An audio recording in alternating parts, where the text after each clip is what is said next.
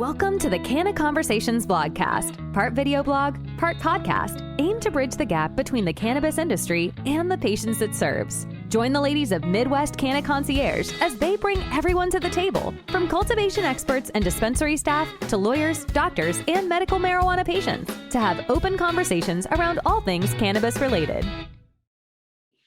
Hello again. It's been a minute. I know that we talked quite a while. It's actually been 2 years ago now, surprisingly enough, that Kelsey and I came out to Standard and recorded a little something that never saw the light of day. I actually just recently listened back through it, and the audio quality was terrible, but we had a good time, and we really learned a lot on our trip out there. So I'm excited that we're able to bring you back. Do you want to kind of dive right in and tell us a little bit about yourself? Sure. And what you do for Standard?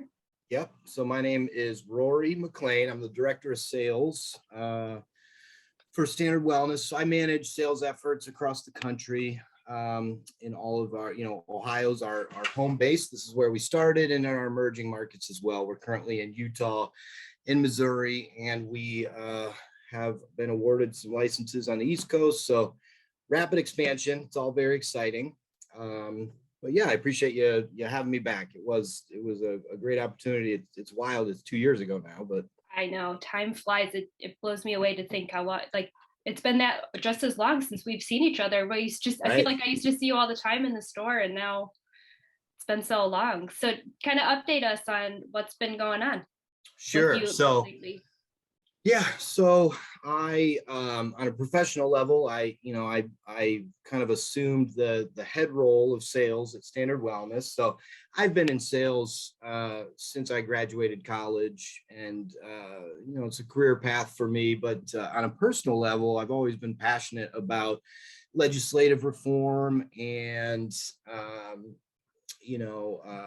different reform efforts and legalization efforts for cannabis. So this was, I don't know, like 10 years ago now, maybe 7-8 years ago now. I left the industry I was in, which was building materials, oddly very different from cannabis. And I started a CBD company because I was living back in Ohio at the time, and there was not any, established medical market here. And in fact, I participated in the signature drives that several of the groups put together to try to get medical passed. But I was able to run a CBD company. It was the next best thing. It's cannabis adjacent industry, and really it was it served as a stepping stone, right, to entry into the market. So that was very exciting, and I was able to team up with Standard Wellness, and the partnership has been great.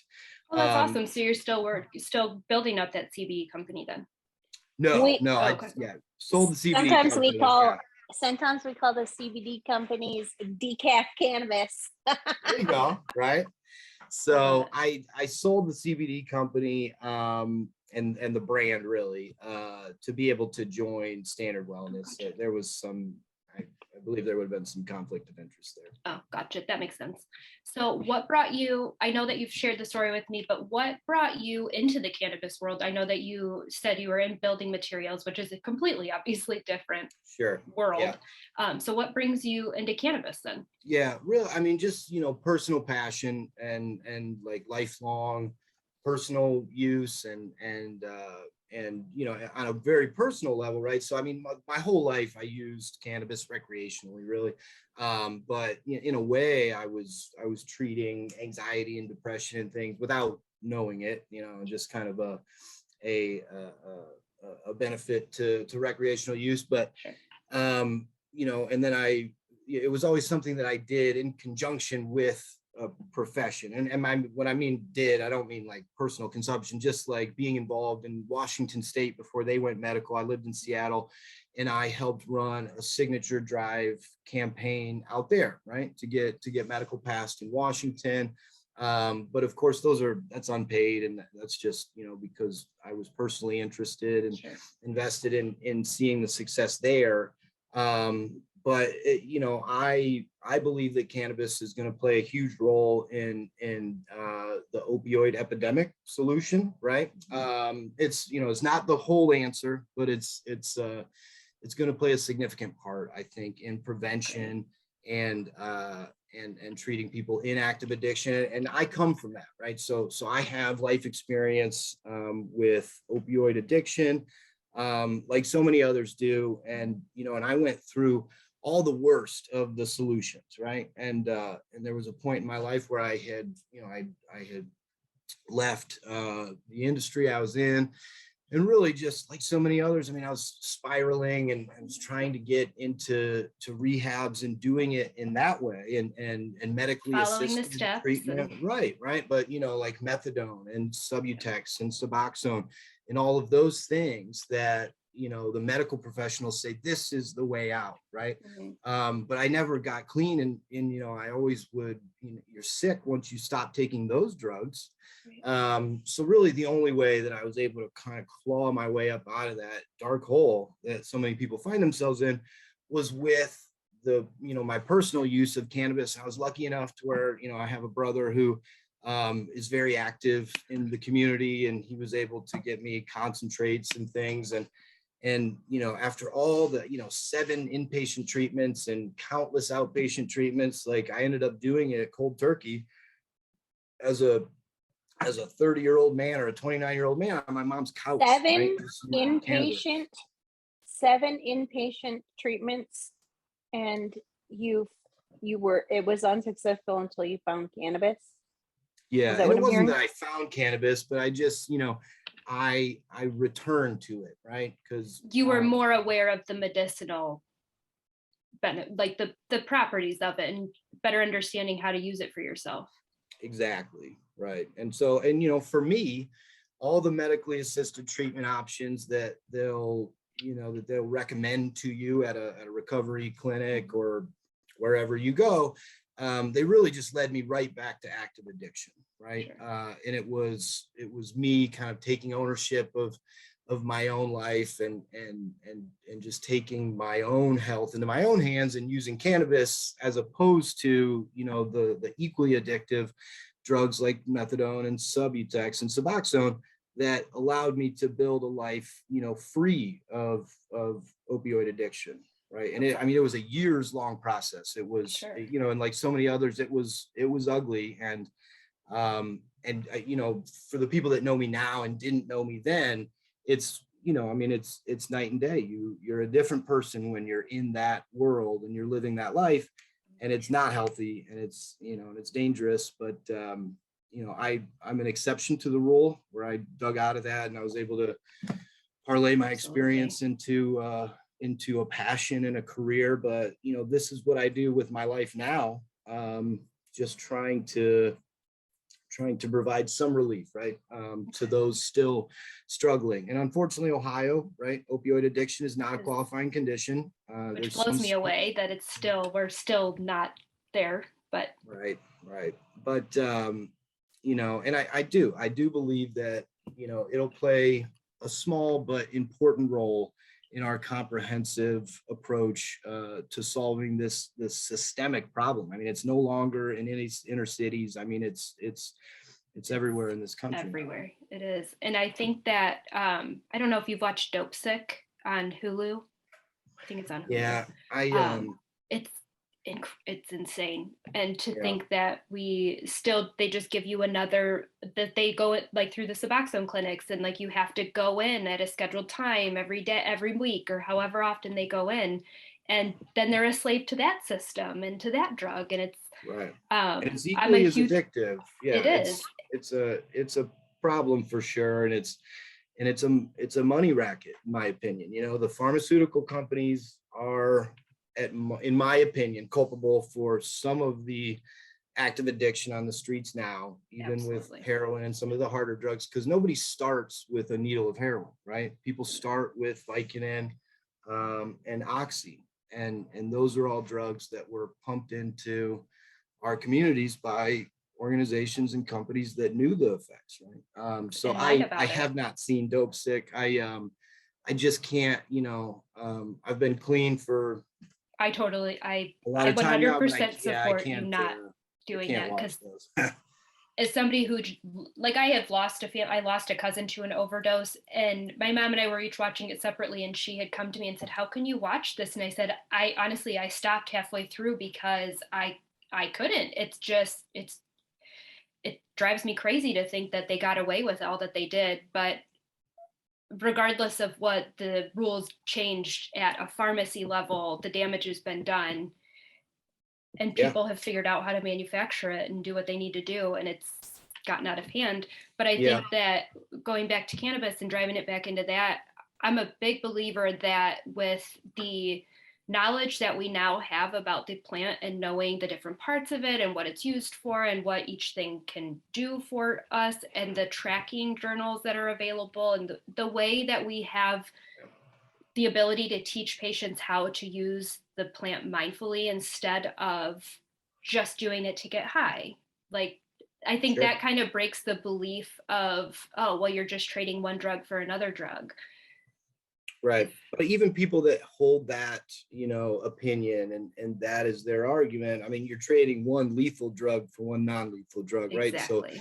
So there's a lot of, I think, value in harm reduction, right? We can, there's people that will sit on their high horse and say it's all or nothing. But, if someone can trade in, a habit that could kill them, for something that is non-lethal and non-addictive, I mean, I'm all for it. Exactly. I couldn't agree more. I think that here in Ohio, it would be great to see that get added to the list. I know that rec use is coming anyway, and I think that will obviously then open it up for anybody to get their hands on it. And in that event, I hope that patients start using it, or that those people are using it mindfully and they're not just going hog wild and burning through it. But and even though Ohio doesn't have opioid abuse disorder as a qualifying condition, what we do have is chronic pain, right?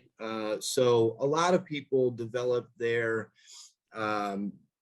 their addictions because of overprescription of pain medication. And now, for the first time in this state, physicians that are qualified to do so can recommend cannabis over narcotic pain medication regimens. So it's a step in the right direction, right? Prevention is one of the important steps. Like, obviously, treatment of active addiction is an important part that we're missing right now. But the adult use change in our legislature would help with that. I agree. Do you think it's coming soon? Yeah.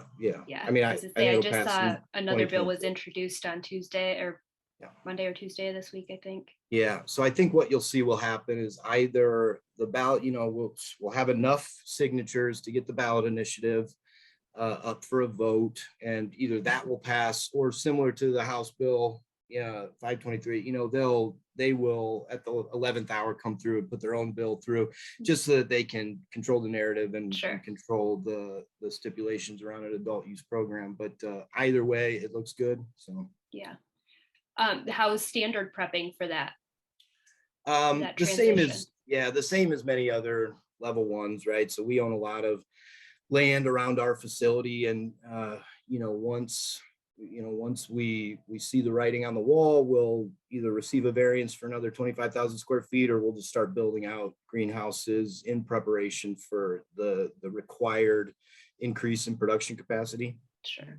In Michigan, currently I'm in Florida, but from Michigan, we do a medical marijuana excuse me, certifications up there, and recreational, or adult use rather, has hit probably about 3 years ago.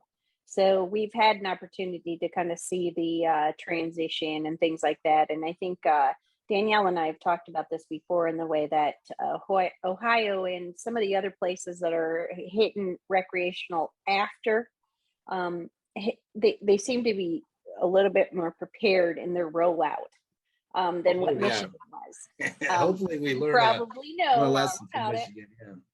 Yeah, so you guys are super close to that. And so, with the rollout of recreational, it is very pleasant to see that that the representatives are taking the time to understand that there is a little ramp up period before places are able to support themselves for the recreational or the adult use clientele.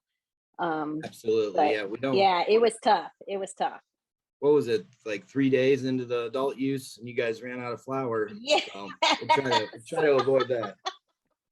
Oh I my think that's better goodness. than Illinois. Didn't some places in Illinois run out like in 1 or 2 days?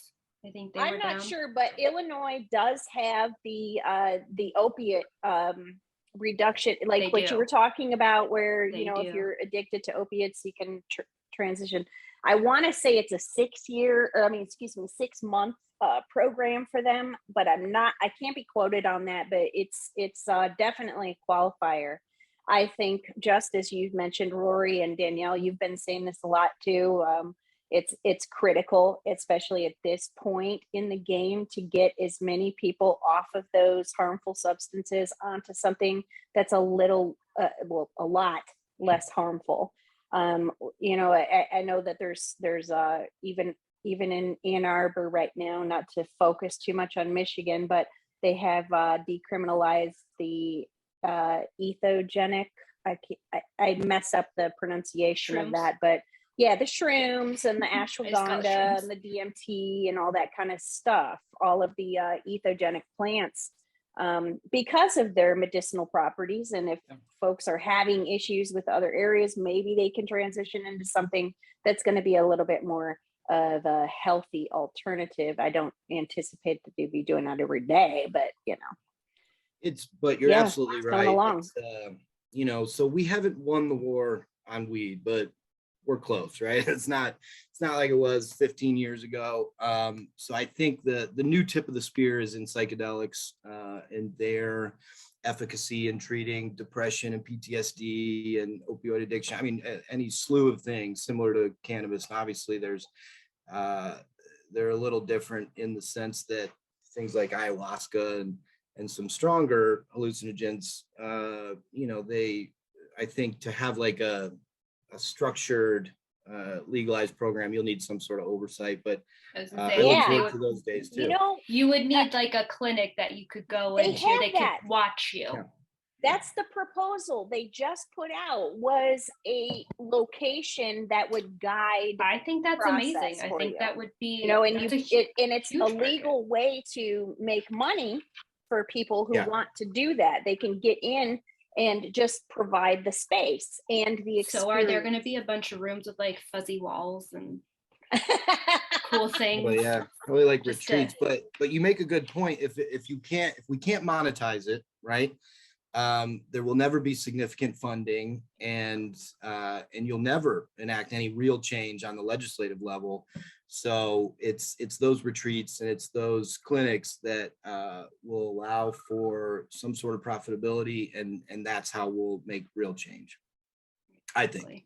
I agree, which I'm excited for. I hope that I would love a day that we even have cannabis lounges that we can just be at with other consumers. And unfortunately, the biggest thing with the cannabis lounges is their ability to be able to create revenue to stay open. I mean, right now, the only way that it makes sense is if you have a provisioning center with an attached dispensary. You know, in Michigan anyway, you can't sell food. You can't, you know, there's a lot of restriction that eliminates. Trust me, Ohio has you beat on restrictions. Is that right? Dispensaries can't even have food trucks at events at their store. Like there's not gonna have. There won't be anything attached to dispensaries. Yeah. So when you're talking about cannabis lounges, you're talking about membership based types. It's very difficult to make a living off of just the cannabis lounge. Unfortunately, it would be an excellent. I mean, come on, think about it. You go in there and just hang out all day. But that's probably why they don't make money. Can't pay the bills. Get stuck there. Yeah. That's all right though. Some Jenga. Well, that's awesome. Tetris. So tell us a little bit about what. I haven't seen much standard flower out. I feel like you guys are focusing on concentrates a lot now. We are. So, you know, some a little bit by design and some because of our our growing conditions. So it's really no secret in Ohio that Standard Wellness built out our greenhouses prior to our indoor space. So we are outfitting our indoor grow rooms now, right? So Q1 of 2022 will be the first time ever that you can look forward to indoor flower from Standard Wellness, right? So it's a game changer for us.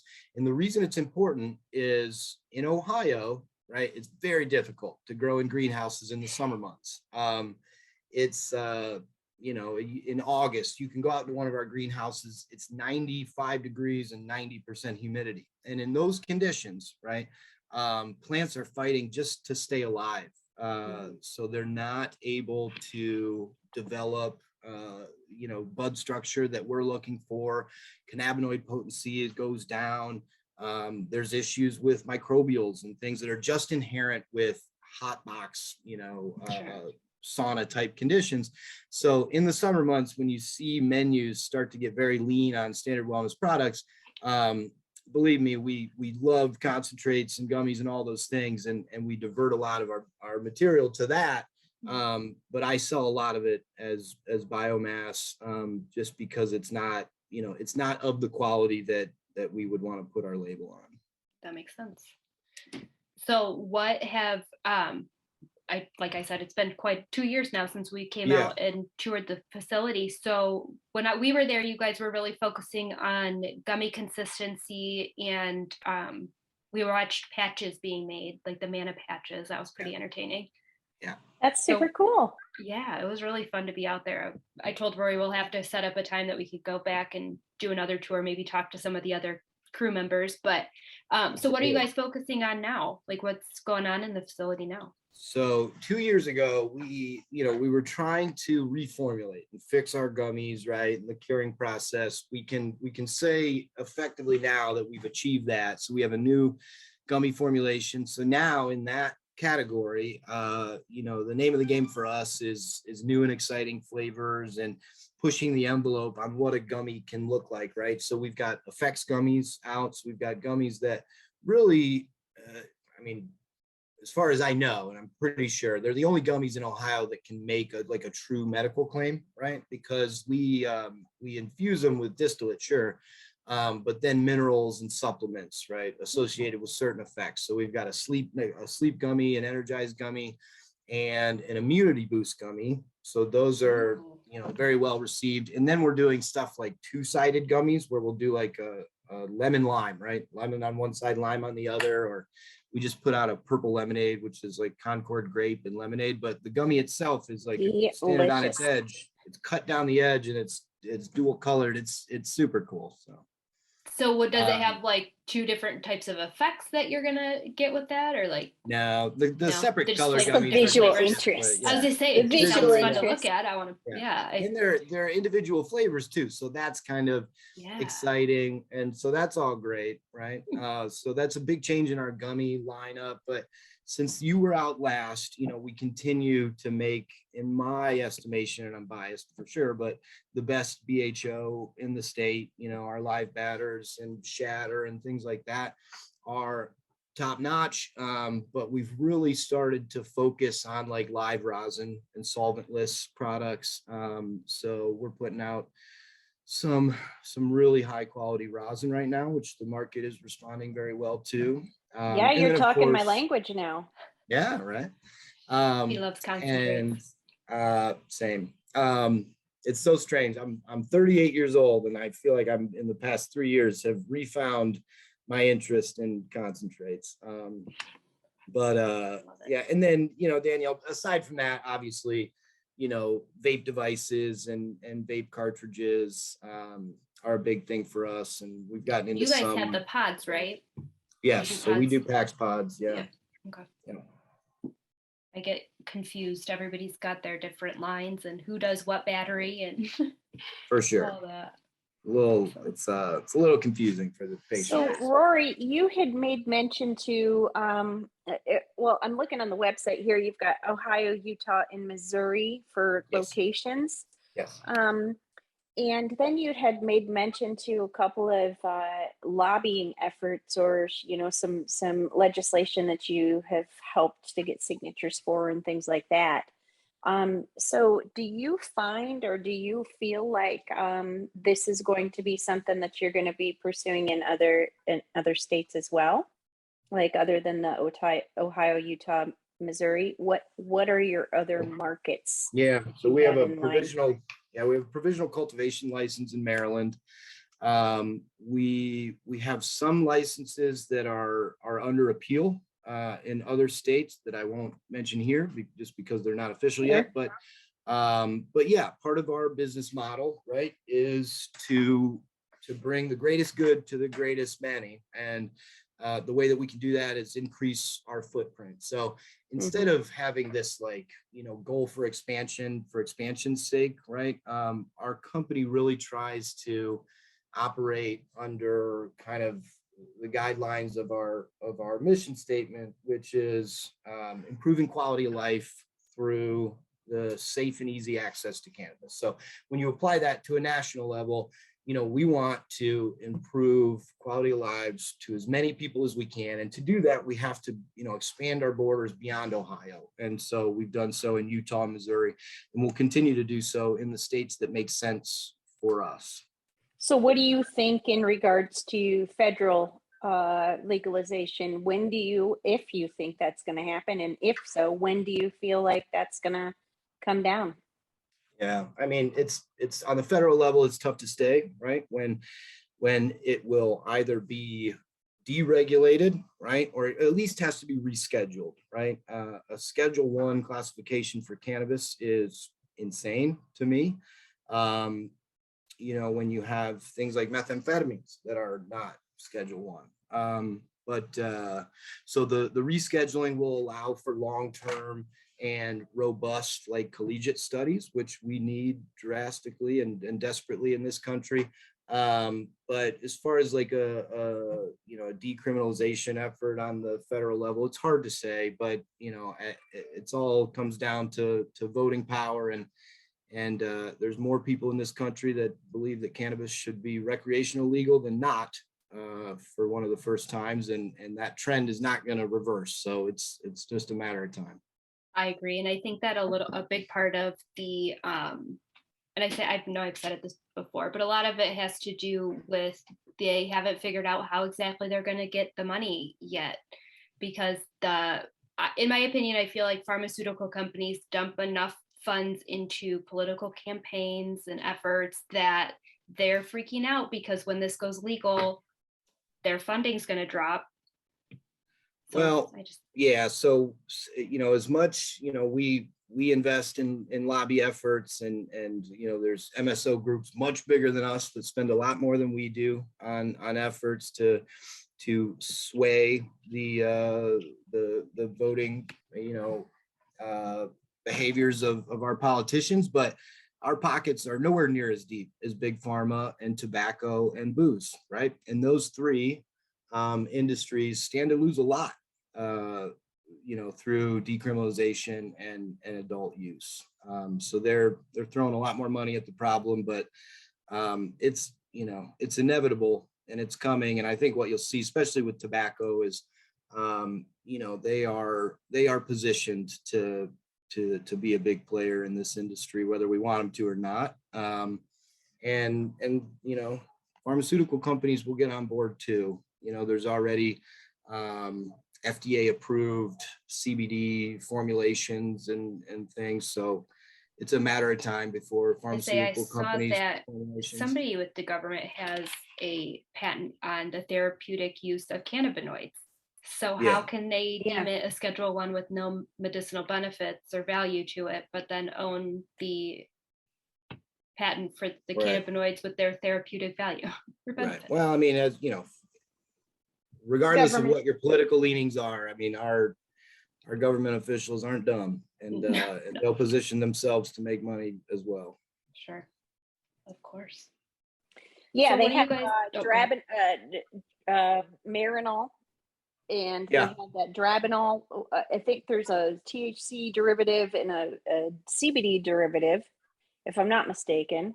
Yeah, I think GW Pharmaceuticals has the CBD derivative. Okay. but neither one of them, from my understanding, I have had, experiences where people have talked about, having to take it because their card was yanked and they're, you know what I'm saying? Up here now, they can smoke cannabis, medical cannabis, while on probation, which is a great thing. But in the past, they were not able to. So they were forced to go back to the pharmaceuticals. And so, in some cases, they were able to get prescribed Marinol or Dronabinol or whatever the heck it was called. And it doesn't work as well. I mean, it's just synthetic, it's just not only THC. Yeah. But it's a THC approximation, right? It's it doesn't I don't think that it carries the full-bodied and robust benefits of plant extracted cannabinoids. I agree. I'll never forget one time my grandpa went through all kinds of chemotherapy treatments and radiation, and they gave him Marinol one time, and he hallucinated. He said he was seeing things crawling on the ceiling, and he was freaking out, and he said, I never want it again. And I was like blown away at the time, because I'm like, isn't it just marijuana? Like, why is he having such a weird response to it? Well, then through my training at the dispensary, I learned exactly what it was. And I was like, well, now that makes sense, because it's not what I'm used to. It was weird. Yeah. So this might be kind of like a little bit outside of your expertise, Rory, but being with Standard Wellness and having been there for quite some time, what are some of the things that you all do at Standard to prepare your bud tenders or your I'm not sure what their official titles are, but they're patient facing. But yeah. There we go. So what types of training and or materials or whatever do they get in order to prepare themselves for that interaction with the patient? Sure. Well, it's kind of a two-pronged approach, and I can answer this because maybe unfortunately for our dispensaries, but in as much as those are sales, I oversee the operations of our dispensaries. So I feel like you'd be a great boss. Don't cut yourself short. They probably love that you oversee them. So, but what we and full disclosure, there's people that work on our team that really run those places, and I just help support them is what I do. But what we do is we provide comprehensive and in-depth product knowledge training to all new employees, and then on a bi-weekly basis we try to, and again we've sort of drifted away from this during COVID and some of the other issues with having people condensed in a small room, but we will get together once every couple weeks for an hour to talk about, continued education type stuff. So it can be just, stuff specific to Standard in our product catalog, but more importantly, we try to focus on industry trends, just, fact-based knowledge that, it can take years to accumulate. But we try to kind of help them develop that expertise so that they can talk to patients from a place of understanding and experience. And of course, we stress to them, if you don't know the answer, there's nothing wrong with that. The correct answer to a patient is, I don't know, but someone here does. And we try to help them develop their own skill set and their knowledge base in that way. Another thing that we do is, we really only dedicate 25% of shelf space in our dispensaries to Standard Wellness brands. The other 3/4, we rely on our license holding partners around the state to provide. I like how you said that instead of your competition. Right. Yeah, well, I like it. All partners, especially in a medical state. But so, we invite them to come in and talk to our staff about their own products and their own take on anything that they want to talk about. And I think what you're seeing now, right, in Ohio and certainly across the country is like this, it's like the standardization of training, right? So you're seeing these like third party education or brand training platforms like Seed Talent and Learn Brands, and them. So there's some others, but they partner themselves with these national brands, and then they will provide these incentivized training modules to a dispensary staff, right? And I think what you'll see is that'll be the wave of the future. You're able to track and kind of like gamify the education efforts, if you will. So you can kind of intermittently put little quizzes in there and then have a questionnaire at the end. And then at the very end of that module, the bud tender or whoever is on staff will get a $10 Amazon gift card or something like that. But without that, you know, I can make pre-recorded videos and require our people to watch them, right? But I'll share them with our vending partners. They may pass them on. Who knows if people watch them? This is a way that we can actually track, you know, who's completing the modules and reward them for doing so. But also there's a ton of information we can glean from that too, because there's questionnaires that we can create and find out, hey, what is working for you? What are the concerns of patients? All those things that it's, you know, it's hard to get at that information. And more importantly, it's hard to get someone to tell you issues that they have with your products, or you know, nobody wants to hurt, you know, feelings, and so you don't always get, you know, the brutal honesty, but you know, with anonymous quizzes, you certainly do. I'll tell you that. Well, there you go. That's a great idea. So I remember when I first went through training at the dispensary, they had posted something, and I don't even think at the time they had these set up, but dispensary staff was expected to do like continuing education. So would this fulfill then any requirements that the state would have those for that continuing ed? I'll tell you, all these platforms are working towards that, right? Because that's a valuable service. You know, it's an expensive endeavor for all of our, you know, all the dispensary license holders to provide continued education credits to our staff. So these platforms, believe that, you know, in very short order, are going to have state approved education modules that they can then sell to people like us, and believe me, we'll buy them. So I was gonna say, I have one built for patients. How do I get on that list? Yeah, I'll give you a contact name. There you go, set me up. So I know you were doing, well, this was pre-COVID, and I think I've seen on social media you've been doing outreach events for Standard where you could get to actually go and interact with patients. Are you still able to do that?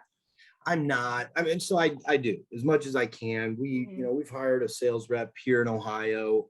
You know, as we get, you know, our emerging market states up off the ground, you know, my focus and my energy, unfortunately, is diverted out of Ohio in a lot of ways. So we have somebody now, and we'll continue to build this sales team to be able to be in store as often as we're able. But you know, it's certainly being a sales professional, that's part of it that I loved, but I get to do less and less of that. And I feel like my life is one long Zoom meeting now. So yeah, I believe that.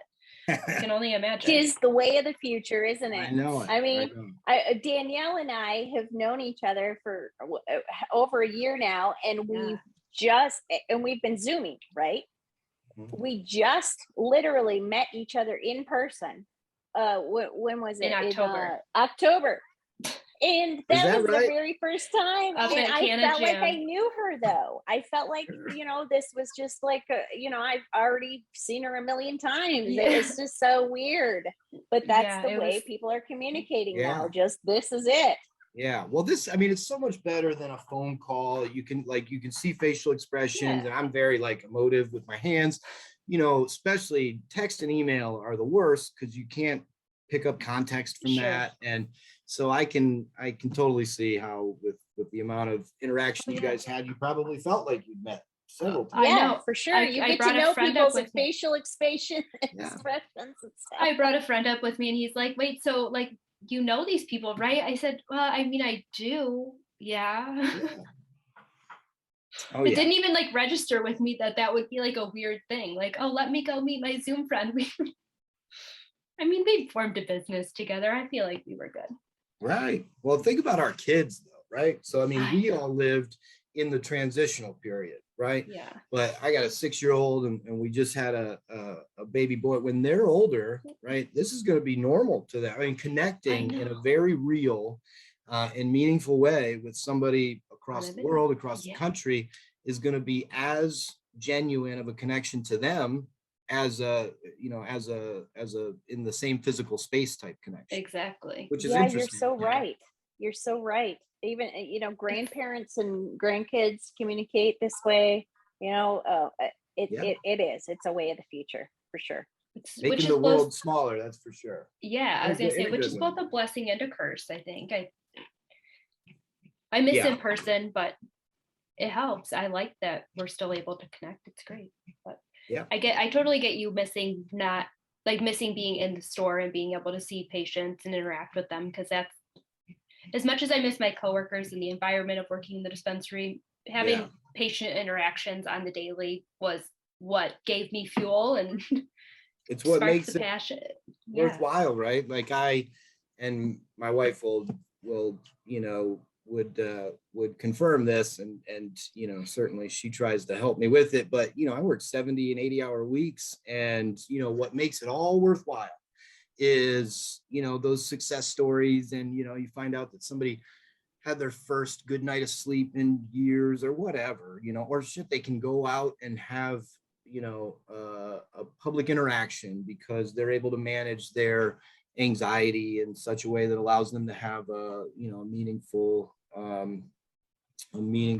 quality of life, right? It's those things that make all this work that we're all doing worthwhile, right? Worth it. Exactly. I know I tell people all the time, because whenever they hear I'm in the cannabis industry, they're like, oh, well, good for you. What a great industry to get into. And I'm like, if you're going into it for the money, don't do it.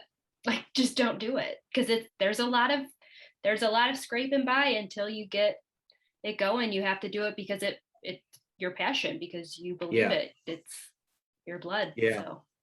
Totally. And, certainly a lucrative industry, but a lot of people, I think, from the outside looking in, they say, wow, I want to do that. I want to work in weed. It'll be great. And they think it's going to be one long party. Like, we work, and it's a job, and eventually cannabis is going to be a commodity like any other. We're doing good work and we're changing the world, but it's work. It's all with blood, sweat, and tears for sure. Exactly. And it's not as glamorous as what people, I think, assume. Exactly. Well, and on that note, I think I saw a post recently that Standard is hiring. Is Ohio hiring, or Standard in other states? Everywhere. So we're very fortunate, and these are uptown problems, so I don't mean to complain, but the pace at which we're growing is great, and it's right for the company, but the very objective or requirement of having to build a staff to work new facilities, and as we scale up here in Ohio, one of the hardest things is to find and hire and train the right quality employee base. So we're always hiring, and there's always more positions than we have applications for. So where can people go to apply if they're looking to? Yeah. So if you want to get into the cannabis industry and you live in the Cleveland area and you're interested in more of like a managerial or administrative role, we've got corporate offices there. Our grow facility is in Gibsonburg, Ohio, Corinne, Utah, and Vandalia, Missouri. All of those openings can be found on standardwellness.com. There's a careers section on there that will list by state and by job type.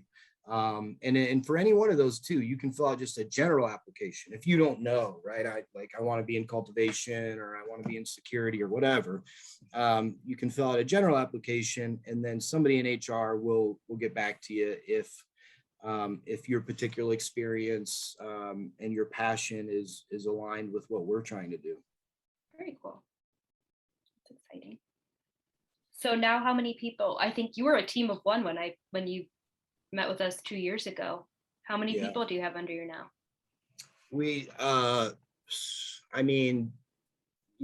me, there's a couple of sales guys, and we have a retail, a manager of retail operations. And then of course he manages dozens and dozens of dispensary people who they're all welcome to contact me, but I'm very fortunate that, I get to work with some very talented people that make me look good. So.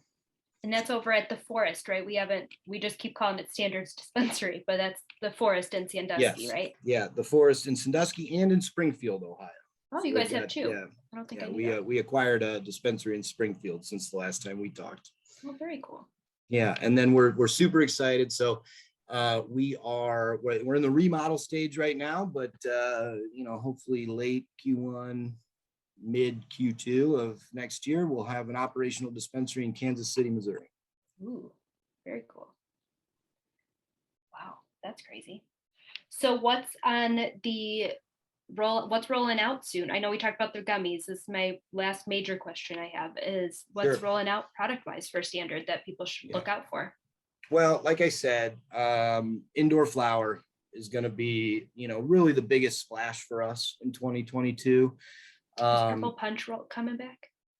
Was that Purple? If we're able, yeah. In the state of Ohio, it's very difficult to evolve your garden, if you will. It's a very confusing state with our regulations on what you can and can't do as far as developing your available strain selection. But yeah, we're doing everything we can to try to. What do you mean by that? If you don't mind elaborating, what kind of does that mean? Yeah, so in the state of Ohio, I don't know that there is an accepted interpretation of the law when it comes to any cultivator out there trying to develop new strains, right? Or bring in new strains. It's certainly something that is necessary for a medical market or a rec market for that matter. But in Ohio, under our two governing bodies, I don't know that anybody really has a strong understanding of what we can and can't do. Could be a problem. Sure. I mean, I think we all operate under the assumption that we just can't, right? Yeah. But in my opinion, that's at the detriment of the patient base. So. No, it was really kind of cool to talk with you and to see how everything is coming along and in your rollouts in other states and stuff. Hopefully we'll be able to have you on again, and or maybe we can even take a tour one of these days in one of your cultivation facilities, and Absolutely. of course not touch anything, but as I say, I remember we met some awesome. pretty cool people in your lab and in the grow. Oh yeah, they have a pretty cool team out there. We're very blessed. We have a team that is every bit as passionate about cannabis as I am, and as you remember, the guys and girls in the lab are doing amazing work, and blows me away. I get to go out there and represent it and kind of be the face to our products. But there's people that are so talented making this stuff, and it's their hard work that provides all the success that Standard Wellness enjoys. That's for sure. That's awesome. Well, I very much appreciate all their hard work because they make some of my favorite products for sure. I know that. All right. Appreciate that. Absolutely. So if anybody wants to get in touch with you or keep tabs on what Standard's doing, where can they find you? Yeah, I feel like every patient in the state has my direct cell phone number, so I've never been shy about giving that out. We're a very transparent company. There's patients that call my boss, the CEO, right? And he'll pick up every time. But so whether it's questions about Standard Wellness, yeah, by all means, you can go on to the Standard Wellness website and leave comments there. My cell number is 614-907-1030. So patients, like anybody that has a question about cannabis, by all means. But for me personally, if there's people that are listening or watching this and they have questions about themselves or their loved ones and how they might be able to actualize some positive change in their life when it comes to active addiction, they're more than welcome to call me, and at the very least I can direct them towards the resources that they might need. That's awesome. That is. Thank you for allowing yourself to be that resource, because I feel like that's something that's really missing. As much as I can talk and boast about it being helpful for patients in that particular situation, I think you having the experience, but you having the willingness to be open about it enough to help others on that journey, regardless of the lack of resources we have available here in Ohio right now. I think that's awesome. Thank you for doing that. Well, I appreciate that, but it's a tough hard road. It's the most difficult thing that I have done in my entire life. And I didn't do it alone. And I'm in borrowed time. We talked about overdoses. Unfortunately, I have overdosed 3 times. I've brought back with Narcan in the back of an ambulance a couple of those times, and once with Narcan in an ER. And there's people out there that aren't fortunate enough to have people call medical professionals for them if they're overdosing, or they don't have family and friends that can support them through their very difficult road to recovery. So, if I can help people with that, I mean, it's a debt that I owe to the community of people that are still struggling. You and I we'll have to chat offline sometime, but I have this idea of creating, not necessarily, I don't want to call it a halfway house. I haven't exactly figured out the terminology, but a retreat type setting that patients can come after they're detoxing, but not quite ready to go back into the real world, where they can come and learn the mindfully medicating practices of how to medicate with cannabis and the different parts of the plant. I want to go as far as even having like a hemp grow where they can learn the whole process of making their own medicine and all of that. But I very much want to focus on people coming out of addiction and learning healthier habits to be able to face the world a little better than what our current options are. Well, I commend you on those efforts. I'll tell you that type of service or place is sorely needed. So if there's any way I can help you with that, let me know. Yeah, definitely. We'll have to chat about it.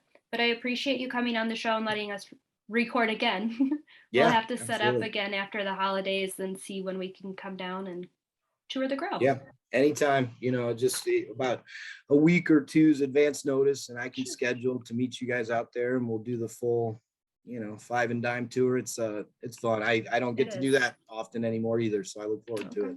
Yeah, definitely. Cool. We'll set something up after the holidays. I appreciate it. I hope you and your family and and it's his first Christmas this year, yeah, because he's brand new. His first Christmas, yeah. He's 5 months old. He's starting to crawl, which is frightening because this is not a baby-proof home. I'll tell you that. Oh boy, gotta figure that out. I was gonna say, as soon as they start, they don't stop. I know. A little nervous, but so it'll be his first. But more excitingly, our daughter is 6, and so this is her prime time. Yes. Oh yeah. Well, enjoy it. I hope you have a wonderful Christmas and a happy New Year. And we'll touch base again. Thank you so much. I wish you both great holidays, and hopefully we'll talk soon. Thank you. Thank you. Thanks. Thanks so much for listening to this Canna Conversation. To learn more, please follow us on Instagram at Midwest_Canna Concierge. If you're enjoying the show, please feel free to rate, subscribe, and leave a review wherever you listen, so other Canna curious folk can find us. We really appreciate your support.